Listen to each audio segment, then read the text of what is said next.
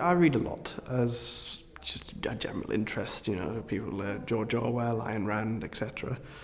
But as well as that, because that does take care of, a little bit of the mental stuff, But I play rugby, I go swimming, I go walking, I use the leisure facilities, so like Darwin Leisure Centre and other leisure centres. I've gone on residentials with the council services.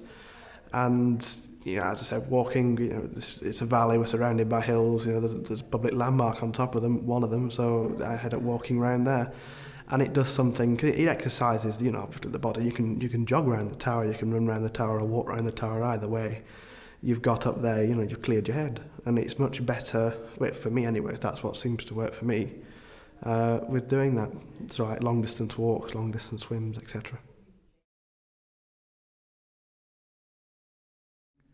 Where I went to, particularly in secondary school, there wasn't much about it. There's the obvious anti-bullying posters that are up all around the school, like the pupils' charter, etc. Respect charters, they're like standard protocol in secondary schools and colleges. But there's not necessarily posters about specific issues that can come because of just little tiny things that niggle away, and then there's the big thing is there's not posters about either of them, and I think there needs to be.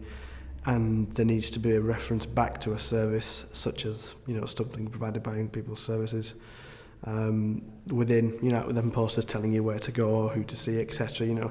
Click this link on Facebook, etc. Because it might just be a little thing, but if a little thing can get rid of a little cause of an argument, the argument's gone before it needs to be really, really sorted out with a heavier method, nipped in the bud, I think the phrase is.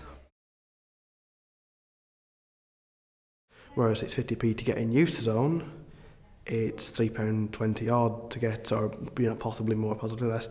But it's a lot more expensive to get into Darwin Leisure Centre for, say, 3 hours swim, which, depending on the young person, could be what they want to do. And with that, there's all the big sort of offers, they're sort of missing. There's all the little ones, so the low entry tariffs. Whereas actually, if there's a set of 16-year-olds, whereas the set of 10-year-olds at the Youth Zone, they might not want to hang out with the 10-year-old, and you can see why. Different age groups might not want to hang out with each other, so they'll want to go to somewhere else where they might feel more at home.